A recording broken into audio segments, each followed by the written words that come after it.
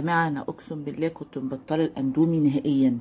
كنت مبطلاه وما كنتش بقرب عليه. كنت مبطله الاندومي ده بقالي سنتين مثلا. ما كنتش بدخله بيتي. نفسي راحت له، قلت اما اجيب اندومي كده، ما الناس كلها بتاكله، ما حدش بيحصل له حاجه يعني. زي ما انتم شايفين ادي الورقه بتاعته اللي هو الجامبو ده، وسويته زي ما انتم شايفين وعملته كل حاجه. جيت اكل بقى، والله والله حرفيا لقيت ده في قلبه.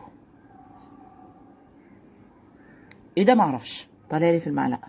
والله ده طالع لي من اندومي دلوقتي بلاستيك. ده بلاستيك، ده مش حاجه طريه، حاجه بلاستيك، يعني حاجه ناشفه. متخيلين؟ ده طالع لي من اندومي والله. تخيلوا طفل صغير بياكل وبلع. الكيسه بتاعته لسه فاتحاها. تمام اهو. حاجه تسد النفس. والله اعلم في ايه تاني.